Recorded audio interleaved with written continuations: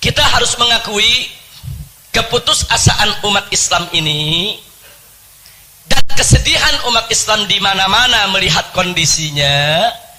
Ini memang sudah dikondisikan oleh lawan-lawan kita, baik lewat media cetak maupun media elektronik, yang di dalam pemberitaannya selalu memojokkan umat Islam, saudara. Sampai akhirnya umat Islam percaya dengan kebohongan-kebohongan yang mereka buat. Jangan lupa, kebohongan itu kalau digaungkan terus, akhirnya lama-lama orang anggap benar, saudara. Kebohongan yang diulang-ulang itu bohong, itu berita bohong, tapi diulang-ulang terus, saudara. Lama-lama orang anggap benar. Itu yang sedang mereka lakukan terhadap umat Islam. Akhirnya umat Islam di mana-mana banyak putus asa, umat Islam di mana-mana banyak sedih, umat Islam di mana-mana banyak merasa lemah, umat Islam di mana-mana banyak merasa tidak berdaya, umat Islam di mana-mana saudara nggak yakin kalau dirinya bisa menang. Melihat kondisi yang ada di zaman sekarang ini semua merupakan propaganda dan rekayasa yang dilakukan oleh musuh-musuh Islam. Saya berikan contoh yang enteng saja, saudara. Mari kita lihat bagaimana media membentuk frame pemberitaannya menyudutkan umat Islam tanpa umat Islam merasakan, saudara. Saya kasih contoh. Begitu malam takbiran, banyak masyarakat takbir keliling di kampung masing-masing, saudara. Itu kan untuk menunjukkan kebahagiaan mereka di malam takbiran. Tapi kemudian muncul di televisi berita. Apa beritanya? Saudara, beritanya jalan macet akibat takbiran. Itu beritanya tuh.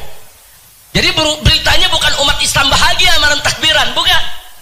Beritanya bukan malam takbiran Allah disucikan, diagungkan, bukan. Bukan, beritanya jalan macet akibat takbiran, saudara.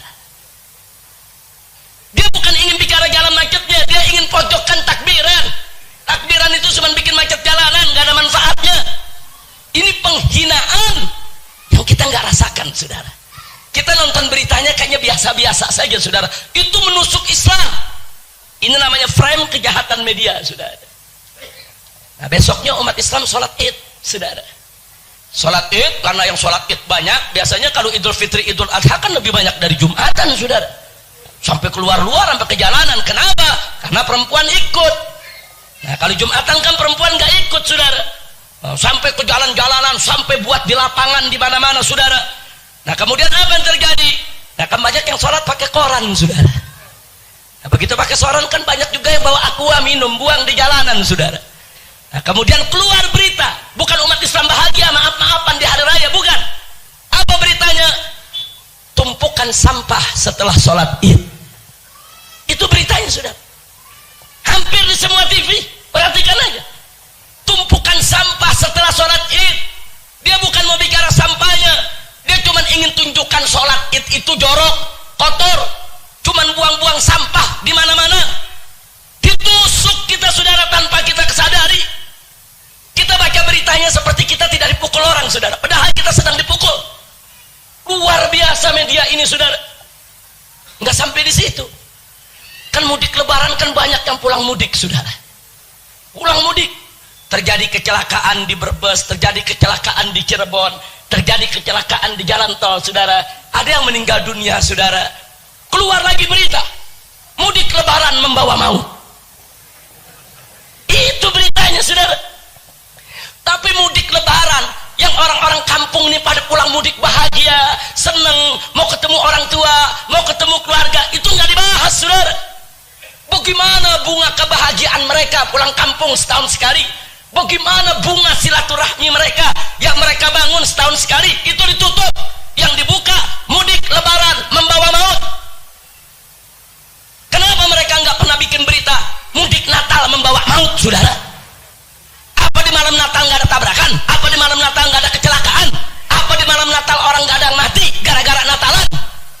Nggak ada, saudara. Kenapa? Karena yang mereka ingin tusuk bukan kecelakaannya, Islamnya.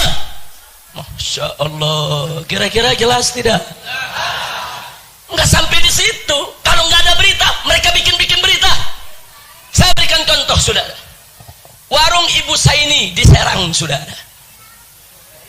Nah, jangan lupa tuh saudara,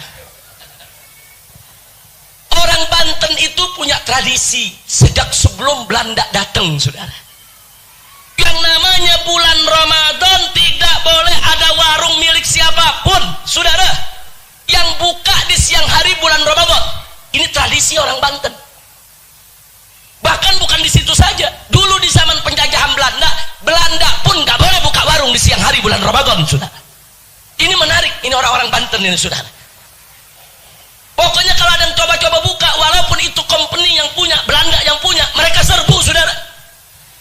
Makanya jangan kaget, dulu di zaman penjajahan Belanda di Cilegon ada gubernur jenderal Belanda melarang penggunaan speaker di musola saudara. Ngamuk orang Banten, perang saudara, disembelih itu gubernurnya. Coba kita lihat saudara, ngelarang speaker disembelih. Jadi sebelum Tanjung Balai kejadian di Banten udah dari dulu saudara. Jangan coba-coba ngelarang speaker, jangan coba-coba ngelarang orang-orang selawatan di masjid-masjid saudara. Nah, sekarang kita kembali ke soal orang Banten saudara. Jadi sudah tradisi yang ditaati oleh orang-orang Banten, mau ulamanya, mau jawaranya, mau rakyatnya, pokoknya kalau bulan Ramadan masuk jangan dagang di siang hari, maksudnya dagang makanan dan minuman. Nah, tahu-tahu kemarin ada sebuah warung buka saudara, begitu buka didatangi oleh Satpol PP, ditunjukkan keputusan wali kota Serangnya saudara. Nah, supaya warung itu tutup. Selesai tutup, nggak ada masalah. Tahu-tahu datang rombongan wartawan dari Jakarta saudara, termasuk yang dari Kompas saudara dan kawan-kawan media-media lain, termasuk Metro Mini. Oh, rame-rame meliput saudara, meliput, didramatisir. Bahkan saudara, dengan sangat memalukannya, dia bayar itu ibu saya ini saudara, diminta untuk nangis guling-gulingan di tanah, mereka shock saudara. Terus mereka sebarluaskan itu berita. Ini akibat bulan puasa intoleran, Ramadan intoleran saudara. Ibu saya ini disuruh guling-gulingan saudara. Dari mana kita tahu? Karena kita juga setelah itu kirim wartawan menemui ibu saya ini saudara. Kita bawa tokoh-tokoh masyarakatnya, nemui ibu saya ini, apa betul kau dipukuli sama Satpol PP? Apa betul kau dimiskinkan oleh Pemkot daripada Serang? Kenapa kau nangis terguling-guling? Apa betul kau dianiaya? Mengejutkannya si ibu bilang, saya sebetulnya nggak nangis terguling-guling. Nah itu kenapa di filmnya begitu? Ya saya dibayar. Bintang film aja dibayar mau guling-gulingan di tanah. Bintang film yang cantik dibayar guling-gulingan di tanah, betul? Ngaku si ibu saya ini saudara. Dan aku saya dibayar, saya disuruh nangis, saya dibayar, saya disuruh guling-gulingan saudara. Kita rekam itu semua pengakuan saudara, dan itu kita bawa ke Kompas saudara. Kenapa ini kalian melakukan ini? Ada permusuhan apa kalian dengan umat Islam? Kenapa kalian membuat berita yang menyudutkan umat Islam? Mereka nggak bisa jawab saudara. Nah ini supaya kita tahu, ini frame kejahatan media saudara.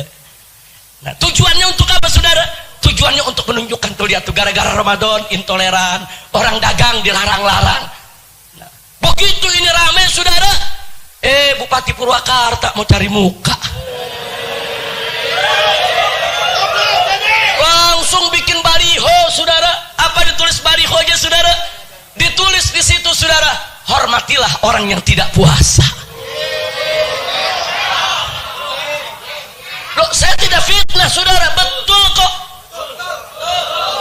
MUI-nya turun, kiainya turun saudara, ormasnya turun, rame-rame menurunkan itu baliho saudara. Terus di televisi, di majalah ditunjukkan foto ada warung buka, perempuan-perempuan berjilbab lagi makan di siang hari bulan Ramadan saudara. Setelah kita datangi, ternyata mereka dibayar. Mereka dibayar, pokoknya asal buka dibayar, nggak laku nggak apa-apa, dibayar. Ini permainan politik saudara, politik licik, politik jahat, politik jorok. Masya Allah, ini gara-gara di kilometer 57 mengkritikin terus Bupati Purwakarta, Ustadz Suradi nggak diundang lagi ke Purwakarta. Beliau ini sebetulnya ada acara. Kapan ada acara Ustadz? Malam Ahad ini ada acara di Purwakarta. Tahu-tahu ditelepon sama panitia, Ustadz maaf Ustadz ya, Kita dikontak sama pihak bupati, Ustadz nggak boleh ceramah di sini. Kenapa? Ya kata bupati, pokoknya produk-produk 57 nggak usah kemari lah. Masya Allah, kelihatannya kilometer 57 udah dianggap sarang teroris juga kali ini. Inna lillahi wa inna ilaihi raji'un. Ini frame kejahatan media, saudara. Baik, kalau kita mau lihat lagi frame kejahatan media, mari saya tunjukkan dua kejadian. Ketika ada masjid dibakar di Tolikara, saudara. Masjid dibakar di Tolikara, saudara. Begitu masjid dibakar di Tolikara, itu media semua sibuk mencari akar masalahnya. Kenapa dibakar? Mereka nggak bicarakan masjid dibakarnya, saudara. Enggak, yang mereka cari kenapa dibakar. Nah, begitu dicari punya cari ketemu. Ternyata umat Islam di sana dilarang sholat Id, tapi masih tetap menggelar sholat Id dengan izin bupati, izin kapolres, dan izin dandim setempat, saudara. Tapi kemudian diangkat oleh media. Apa diangkatnya? Umat Islam salah sih, udah dilarang pakai sholat. Udah masjidnya dibakar masih disalahin, saudara, oleh media. Media nyala-nyalain umat Islam, mereka nggak cerita, saudara. Bagaimana itu mereka yang melakukan penjarahan di toko-toko umat Islam di Tolikara, menghancurkan rumah-rumah warga, membakar masjid, tidak mereka beritakan. Yang mereka beritakan ini gara-gara speaker. Nah, ini speakernya mengganggu orang Kristen di Tolikara, jadi orang Kristen marah. Umat Islam disuruh jangan sholat Id, masih bandel sholat Id. Nah, makanya umat Islam jangan bandel. Semua umat Islam yang disalahin, saudara. Coba lihat. Nggak sampai di situ, pemerintah pun terpengaruh dengan media, saudara. Sampai yang ngebakar masjid diundang ke istana makan siang bersama dengan presiden. Apa ini negeri, saudara? Diundang. Udah gitu diundang berani ngancam depan presiden. Pak Presiden, kami minta 2 orang kami yang ditahan supaya dikeluarkan. Kalau nggak dikeluarkan, kami nggak tahu apa yang akan terjadi nanti. Ini presiden diancam, saudara. Sampai akhirnya sampai saat ini nggak diproses kok. Pembakar masjid, saudara, diundang ke istana, diajak makan bersama, permintaannya dipenuhi. Kenapa presiden melakukan itu? Sebab presiden termakan berita media. Media memposisikan umat Islam yang salah, bukan orang Kristen yang salah. Orang Kristennya ini baik-baik, umat Islamnya yang jahat-jahat. Masya Allah. Baik, sekarang kita pindah ke Tanjung Balai, saudara. Begitu di Tanjung Balai ada kejadian, saudara. Saat adzan sholat isya dikumandangkan, ada seorang warga non-muslim, saudara, dari etnis Tionghoa, perempuan, tidak terima, masuk ke masjid, protes kepada muadzin, masuk ke masjid, protes kepada muadzin dan maki-maki imam, saudara. Saya tanya, kira-kira kalau di Kerawang kejadian begitu diapain itu orang? Nggak jujur, saya mau tanya, kira-kira kita diam apa marah? Nah, jadi kalau orang Tanjung Balai marah, wajar tidak? Mereka marah, saudara. Nah, sebetulnya waktu mereka marah bisa diredam. Kenapa? Karena mereka dibawa ke polisi, didamaikan di polisi. Kalau mereka mengaku salah, nggak ngotot di polisi, nggak terjadi. Tapi begitu di kantor polisi tetap ngotot, tetap merasa benar, umat Islam disalahkan, umat Islam akhirnya marah. Belasan vihara mereka bakar, saudara. Nah, sekarang baik, mari kita lihat berita apa yang diberitakan di TV. Yang diberitakan di TV, saudara, 9 atau 11 vihara dibakar oleh umat Islam, toko dijarah, rumah dijarah, itu yang diberitakan, saudara. Tapi soal bagaimana si kafir melarang azan, menolak speaker, memprotes umat Islam, tidak diberitakan, saudara. Yang diberitakan ada penjarahan, umat Islam menjarah orang-orang Cina, umat Islam menjarah toko-toko, umat Islam merampok, umat Islam membunuh, umat Islam membakar vihara-vihara. Nggak ada yang ngejelasin kenapa itu terjadi, saudara. Umat Islam diposisikan lagi sebagai bajingan, sebagai penjahat, saudara. Pembakar masjid dari Irian diundang ke istana. Apa ada pembakar vihara dilakukan oleh umat Islam diundang ke istana? Oh, langsung presiden bersuara keras, saudara. Kapolri bersuara keras, Menko Polhukam bersuara keras, tindak. Tolikara nggak begitu, saudara. Nah, jadi di sini saya ingin menyampaikan kepada Anda, lalu kenapa umat Islam di mana-mana diam? Karena sudah termakan media. Mereka pikir benar umat Islam yang salah, umat Islam yang jahat, umat Islam yang bandel. Nah, karena udah dibentuk oleh media begitu, akhirnya umat Islam terima mereka disalahkan. Ini yang tadi saya katakan, sudah dibentuk untuk kita nih merasa hina, rendah, merasa kita nih bodoh, merasa kita nih sudah ada di bawah mereka, saudara.